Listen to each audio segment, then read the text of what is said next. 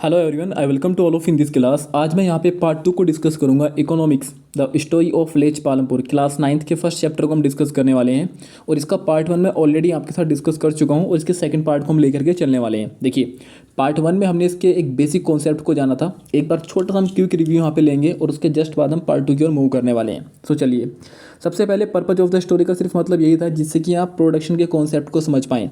यानी कि यहाँ पे जो स्टोरी को पुटअप किया गया है इस सिलेबस में, the story of village Palampur, सिर्फ और सिर्फ इस लिहाज से रखा गया है कि जिससे कि आप इस प्रोडक्शन ऑफ कॉन्सेप्ट को समझ पाएँ। ओके, अब जैसे कि आप जानते हैं कि यहाँ पे एक पर्टिकुलर गांव का नाम लिया गया है, तो गांव के अंदर जो लोग रहते हैं कुछ ना कुछ तो एक्टिविटी करते हैं। वो एक्टिविटी क्या करते हैं? कुछ तो करते हैं आपकी फार्मिंग एक्टिविटी, खेती बाड़ी का काम करना, या फिर उससे रिलेटेड किसी ना किसी काम को करना, that is called farming activity. और वहीं पे कुछ लोग ऐसे भी होते हैं जो नॉन फार्मिंग एक्टिविटी को करते हैं जिससे कि वो अपने आप को सर्वाइव कर पाएँ। सर, जैसे कि स्मॉल स्केल के मैन्युफैक्चरिंग काम में लोग बाग लग जाते हैं, जैसे कि जैकेट्स वगैरह, जूते सिलना, दुनिया भर के काम वो करते हैं। सेकंड, डेयरी प्रोडक्शन का आपने नाम सुना होगा। डेयरी इंडस्ट्री गांव के अंदर इस्टेब्लिश होती हैं, जैसे अमूल, आनंदा की यहाँ पे अलग अलग डेयरी आकर के गांव के अंदर सेटअप हो जाती हैं। सो कुछ लोग उसको ऑपरेट करते हैं। वहीं पे आपने सुना होगा ट्रांसपोर्टेशन का काम करते हैं। जैसे गांव के अंदर बहुत सारे लोग रहते हैं तो सभी खेती बाड़ी तो नहीं करते हैं। कुछ लोग अपना ई रिक्शा लेकर के जो रीजनल कनेक्टिविटी होती है, यानी कि गांव से शहर की ओर जो रोड जुड़े होते हैं वहाँ पे अपना ई रिक्शा वगैरह को लेकर के जाते हैं, यानी कि ट्रांसपोर्टेशन का काम करते हैं। वहीं पे कुछ लोग शॉपकीपिंग का काम करते हैं, यानी कि उसी पर्टिकुलर एरिया में या उसी पर्टिकुलर गांव में छोटी छोटी दुकानें खोल लेते हैं, जिसको देसी भाषा में बोलते हैं परचून की दुकानें। ठीक है, क्यों करते हैं? जिससे कि कुछ ना कुछ एक्टिविटी करते रहें, और इन सब एक्टिविटी को आप बोलते हैं इकोनॉमिक एक्टिविटी। देखिए, एक्टिविटी भी दो तरह की होती हैं। एक होता है इकोनॉमिक एक्टिविटी और दूसरा होता है आपका non economic activity. Economic activity यानी कि कुछ ऐसी एक्टिविटी करना, कुछ ऐसा काम करना जिससे कि आपको रिम्यूनरेशन या रेवेन्यू या पैसे मिल जाएं। दूसरा क्या होता है? नॉन इकोनॉमिक एक्टिविटी, जिसमें कि आपको कोई रेवेन्यू, कोई आपका रिम्यूनरेशन कुछ भी नहीं मिलता है। जैसे मम्मी घर के अंदर काम करती हैं, उनको कोई पैसे नहीं मिलते हैं, तो एक्टिविटी तो फिर भी है वो, तो इस एक्टिविटी को आप बोलते हैं non economic activity. I hope यहाँ तक क्लियर है। अब देखिए, यहाँ पे इंट्रोडक्शन की मैंने बात की है। अब ये जो पर्टिकुलर गाँव है ना, यहाँ पे इसकी रीजनल कनेक्टिविटी काफ़ी अच्छी है।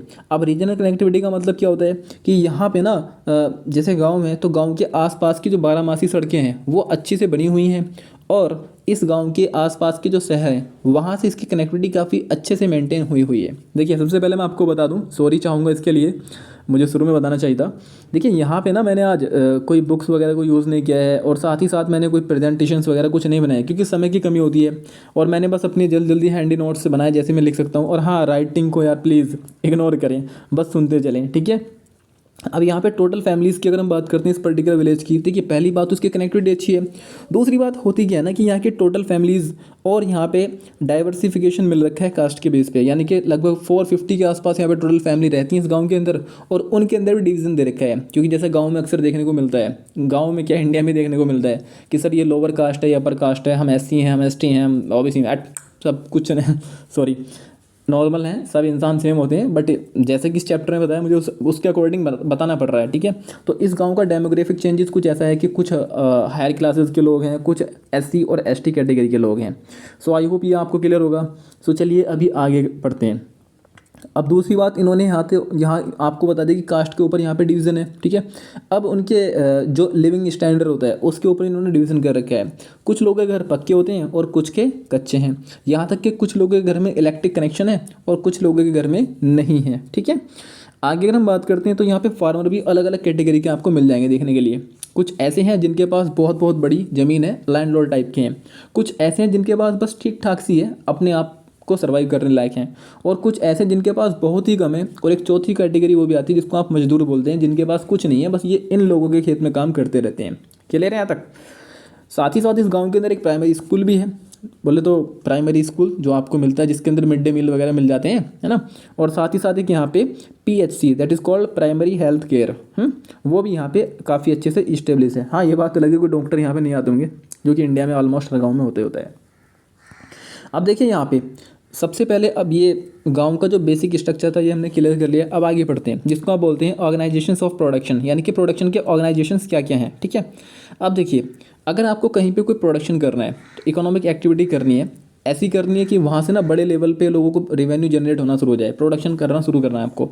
तो उसके लिए 3 चीज़ें तो आपको चाहिए। पहली होती है सर आपकी लैंड, दूसरी लेबर और तीसरा फिजिकल कैपिटल। यानी कि लैंड मतलब कोई ज़मीन तो आपको चाहिए काम करने के लिए। भाई आपको कोई फैक्ट्री इस्टेब्लिश करनी है, कुछ भी क्यों ना करना है, तो बिना ज़मीन के तो शायद नहीं हो पाएगा, है ना। तो ज़मीन तो आपको चाहिए। सेकंड थिंग क्या होता है कि आपको लेबर चाहिए, यानी कि उसमें काम करने के लिए कोई ना कोई लोग चाहिए, चाहे वो स्किल हो या फिर अनस्किल्ड हो, ठीक है। अगर आपको मान लीजिए डेटा साइंस का कुछ अच्छा काम करना है, डेटा मेंटेन वगैरह का, तो उसके लिए तो आपको स्किल लेबर आनी चाहिए, जिसको एमएस एक्सेल आता हो, पढ़े लिखे हो लोग बाग ऐसे चाहिए। और अगर कुछ ऐसा वैसा काम करना है मतलब जिसमें मैनुअल चीज़ें ज़्यादा लगती हैं, तो उसके लिए अनपढ़ लोगों को आप हायर कर सकते हैं, तो लेबर आपको चाहिए। तीसरा होता है sir physical capital. Physical capital आगे चल के डिवाइड हो जाता है, जैसे कि फिजिकल कैपिटल में आपका फिक्स कैपिटल आता है। फिक्स कैपिटल क्या होता है, जिसको आप बोलते हैं जैसे मशीनरी, बिल्डिंग वगैरह। भाई किसी बिल्डिंग, किसी मशीन, जो आपने कोई फैक्ट्री लगाई है वहाँ पे ना, उसके अंदर आपने कुछ मशीन्स रखी हैं, तो जाहिर सी बात है आपने उनके लिए पैसा तो इन्वेस्ट किया है, लेकिन वो आज के टाइम में आपकी फिक्स कैपिटल है। हालांकि वो इधर उधर तो मूवमेंट नहीं कर रही हैं, लेकिन वो फिक्स क्यों कहते हैं उनको, मूवमेंट तो नहीं कर रही हैं, लेकिन वो प्रोडक्शन में बहुत बड़ा वाइटल रोल प्ले कर रही हैं। क्लियर है यहाँ तक। सो इनको हम बोलते हैं फिक्स कैपिटल। मशीन्स हो गए, ठीक है, आपके डिफरेंट डिफरेंट टाइप के टूल्स हो गए। ओके, क्लियर है। मान लीजिए कोई स्कूल है, उसके अंदर जो कंप्यूटर रखे हुए हैं ना बच्चे, तो कंप्यूटर भी क्या है एक तरह के, मान लीजिए आप, वो क्या है, फिक्स कैपिटल है। ओके, नेक्स्ट आपका आता है जिसको आप बोलते हैं वर्किंग कैपिटल, यानी कि ऐसा पैसा जो प्रोडक्शन में काम कर रहा है। कैसे काम कर रहा है, मान लीजिए फॉर एग्जांपल मनी, पैसा। पैसा जितना आप लगाओगे उतना आपका प्रोडक्शन बढ़ना शुरू हो जाएगा। या फिर दूसरा मान लीजिए रॉ मटेरियल। रॉ मटेरियल क्या एक तरह का वर्किंग कैपिटल में आता है। मान लीजिए आपने पूरी की पूरी इंडस्ट्री खड़ी कर ली है, उसके अंदर जो रॉ मटेरियल आना है, अगर वो नहीं आ पाएगा तो फिर आप कैसे काम कर पाओगे। तो प्रोडक्शन के लिए तीनों ही फैक्टर जो काफ़ी इंपॉर्टेंट रोल प्ले करते हैं, वो कौन कौन से हैं सर, वो आपके land, labour and, 1 second please, वो कौन कौन से हैं, land, labour and physical capital. आगे इसका 2 तरह का फॉर्मेशन मिल जाएगा आपको, fix capital and working capital के नाम से। आई होप क्लियर है यहाँ तक। सो चलिए आगे चलते हैं। अब देखिए फैक्टर ऑफ प्रोडक्शन क्या होते हैं। देखिए ये क्या था, अगर आप इसको देखें, हमने पढ़ा था ऑर्गेनाइजेशंस ऑफ प्रोडक्शन। आगे हम देखेंगे यहाँ पे कि फैक्टर ऑफ प्रोडक्शन क्या होने वाले हैं। अब देखिए फैक्टर ऑफ प्रोडक्शन में अगर हम बात करते हैं, तो लैंड, लेबर और फिजिकल कैपिटल हमने पढ़ा है। नेक्स्ट होता है जिसको आप बोलते हैं ह्यूमन कैपिटल। अब ह्यूमन कैपिटल का मतलब क्या होता है, ये कोई भी इंसान है, ठीक है। अब किसी भी इंसान को अगर आपने हेल्थ और एजुकेशन दे दी, हेल्थ और एजुकेशन दे दी, कोई भी इंडिविजुअल हो सकता है, एनी इंडिविजुअल जिसको आपने हेल्थ और एजुकेशन दे दी, वो क्या काम करेगा, प्रोडक्शन में वाइटल रोल प्ले करेगा। मान लीजिए आपको कहीं पे किसी कंपनी में या किसी भी एरिया में कोई भी प्रोडक्शन क्यों ना करना हो, अगर वहाँ पे काम करने वाले मजदूरों की हालत ख़राब हो तो क्या काम कर पाएंगे वो, नहीं। या उनको कोई अच्छे लेवल की एजुकेशन ना मिली हो तो क्या काम कर पाएंगे, ऑब्वियसली नॉट, बिग नॉट, ठीक है।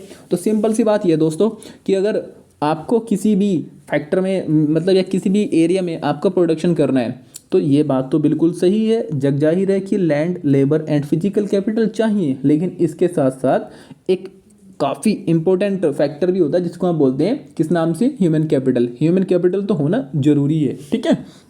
सो आई होप ये भी आपको काफ़ी अच्छे से क्लियर होगा। चलिए आगे बढ़ते हैं। नेक्स्ट कॉन्सेप्ट है यहाँ पे लैंड, ठीक है।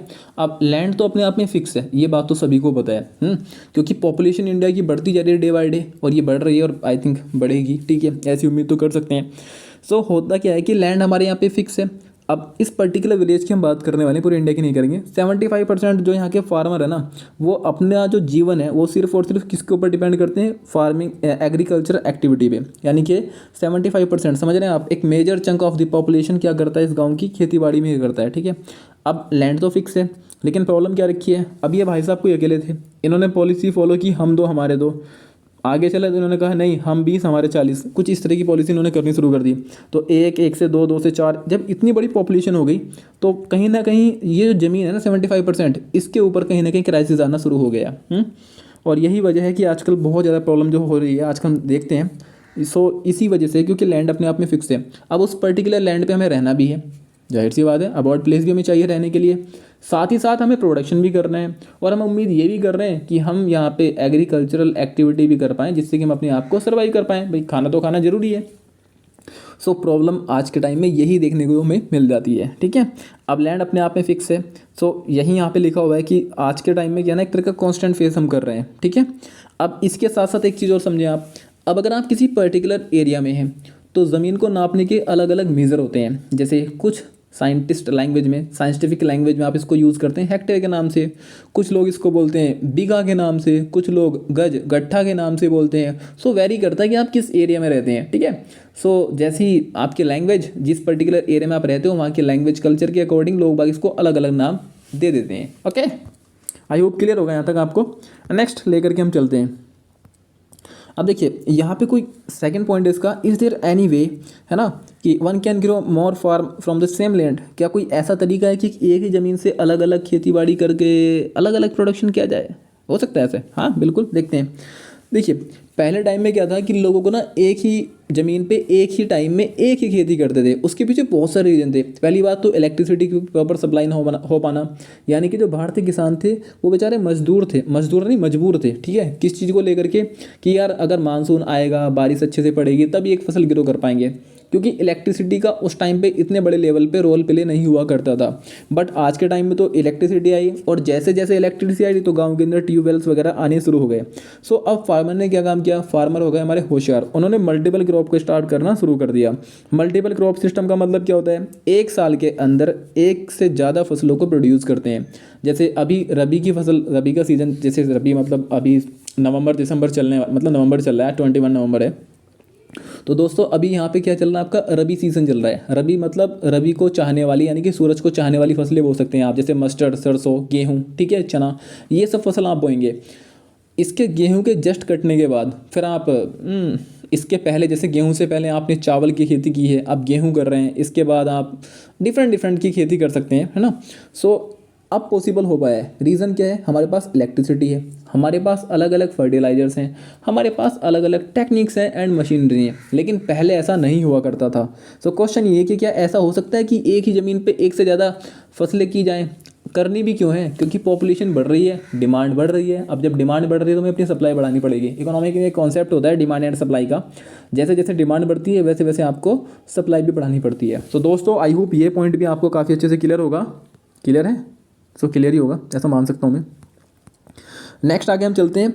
एक कॉन्सेप्ट है जिसको आप बोलते हैं यील्ड। यील्ड का मतलब क्या होता है, यानी कि एक पर्टिकुलर एरिया में कितनी फसल हुई है, कितना उसका प्रोडक्शन हुआ, उसको नापते हैं हम यील्ड के नाम से, ठीक है।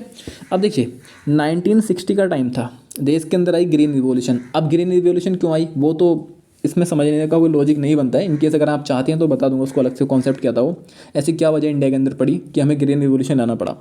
बट आप अभी के लिए ये समझें कि 1960 में ग्रीन रिवॉल्यूशन आया। अब ग्रीन रिवॉल्यूशन के अंदर क्या हुआ, जिसको हिंदी में बोलते हैं आप हरित क्रांति। तो इसके अंदर हमने इंट्रोड्यूस किया HYV, मतलब हाई यील्डिंग वैरायटी, यानी कि ऐसे बीज जो बहुत ही, जिनकी यील्डिंग कैपेसिटी मतलब प्रोडक्शन कैपेसिटी बहुत ज़्यादा होती है, उनको हमने यूज़ किया। और बड़े लेवल पे इन्होंने क्या काम किया, गेहूं और चावल को प्रोड्यूस करना शुरू कर दिया। बट इनका एक बैकड्रॉ था। वो बैकड्रॉ क्या था कि इनको पानी बहुत ज़्यादा चाहिए था, ठीक है। हमारे यहाँ से कुछ वैज्ञानिक गए थे, ठीक है, कहाँ, ब्राज़ील, और ब्राज़ील से वो इन बीज को लेकर के आए थे, ठीक है। कौन कौन से, HYV मतलब गेहूं और चावल, यानी कि जो रफेज होता है ना, मोटा अनाज, उसके लिए यहाँ पे बेसिकली लाए थे। क्योंकि हमारे यहाँ पे इंडिया में उस टाइम पे ड्रोट आ रखा था, और ऊपर से इंडो चाइना वॉर हो रखा था, ठीक है।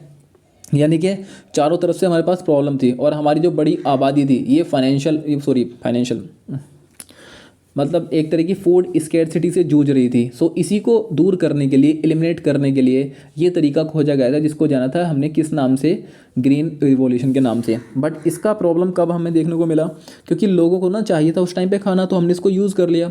बट आज के टाइम में क्या है, किसान इसको ज़बरदस्ती यूज़ करते हैं। अब सबसे बड़ा ड्रॉबैक तो यही कि इसको पानी बहुत ज़्यादा चाहिए, और जब पानी बहुत ज़्यादा चाहिए तो कहीं ना कहीं आज के टाइम में हमें ये बहुत ज़्यादा प्रॉब्लम कर रहा है, ठीक है। सो इसके अंदर ग्रीन रिवॉल्यूशन में क्या क्या इंट्रोड्यूस था, देखिए पहला तो आपका हाई यील्डिंग वैराइटीज़ थे, ये तो सभी को पता है। बट इसके साथ साथ जो केमिकल फर्टिलाइजर, जैसे आज के टाइम में हम यूरिया, NPK हम देखते हैं। NPK मतलब नाइट्रोजन, फास्फोरस, पोटेशियम, ठीक है। और यूरिया, डाया, NP, डिफरेंट टाइप के जो फर्टिलाइजर आप देखते हैं, फटेरा, दुनिया नाम अब वेरी करता है, आप कहाँ रहते हैं, क्या क्या देखते हैं, ठीक है। और जितने भी आप पेस्टिसाइड का मतलब क्या होता है, पेस्ट प्लस साइड, यानी कि जो कीड़ों को मारने वाली दवाइयाँ होती हैं। जैसे पहले गन्ने में कोई अगर कीड़ा लग गया है तो उसको मार नहीं सकते थे आप, ठीक है। लेकिन आज के टाइम में स्प्रे कर सकते हो, ख़त्म कर सकते हो उन सब चीज़ों को। एमनेड, वीडिसाइड आ गए हैं अलग अलग, ठीक है, घास को साफ़ करने के लिए। अलग अलग सॉरी अलग अलग आप यहाँ पे देख सकते हैं कि ट्यूबवेल्स वगैरह को आजकल यूज़ कर रहे हैं। और साथ ही साथ ये जितने ट्रैक्टर और यहाँ पे अलग अलग जो डिफरेंट मशीनरी आप यूज़ करते हैं ना आज के टाइम में, ये सब देन है किसकी, ग्रीन रिवोल्यूशन की। थैंक्स टू ग्रीन रिवोल्यूशन आपको कहना चाहिए। अब इसको इम्प्लीमेंट कहाँ किया गया था, इसको इम्प्लीमेंट किया गया था पंजाब, हरियाणा और उत्तर प्रदेश का जो वेस्टर्न हमारा वाला वेस्टर्न यूपी है ना, वेस्टर्न उत्तर प्रदेश, उसमें इसको इम्प्लीमेंट किया गया था। और जहाँ जहाँ इम्प्लीमेंट किया गया आज के टाइम में देख लो 1960 में चीज़ें ठीक हैं, चीज़ें ठीक थी, बट आज के टाइम में यहाँ पे ना बहुत बड़े बड़े डार्क जोन बन चुके हैं। रीज़न पानी की कमी हो गई है और किसान तो भैया इसको प्रोड्यूस करेंगे ही करेंगे, अब उनके पास भी कोई ऑप्शन नहीं है ना। सो ये था आज के इस पर्टिकुलर वीडियो में। इसका नेक्स्ट पार्ट मैं लेकर के आऊँगा। आप कमेंट सेक्शन में बताएं कैसी लगी आपको ये वीडियो। एंड वेट आपको करना पड़ा, सो उसके लिए सॉरी, कुछ प्रॉब्लम्स मेरे साथ हो रखी थी, बेसिकली हेल्थ इशू आ रखे थे, दैट्स वाई। और वीडियो को यार लाइक शेयर वगैरह करें, जिससे कि मैं बस कुछ और नहीं मोटिवेट हूँ उसको कुछ करने के लिए। एंड चैनल को सब्सक्राइब करें और आगे बहुत बढ़िया बढ़िया कंटेंट में लेकर के आऊँगा इन केस अगर आप सपोर्ट करते हैं। सो आज के लिए इतने रखते हैं। Thank you so much.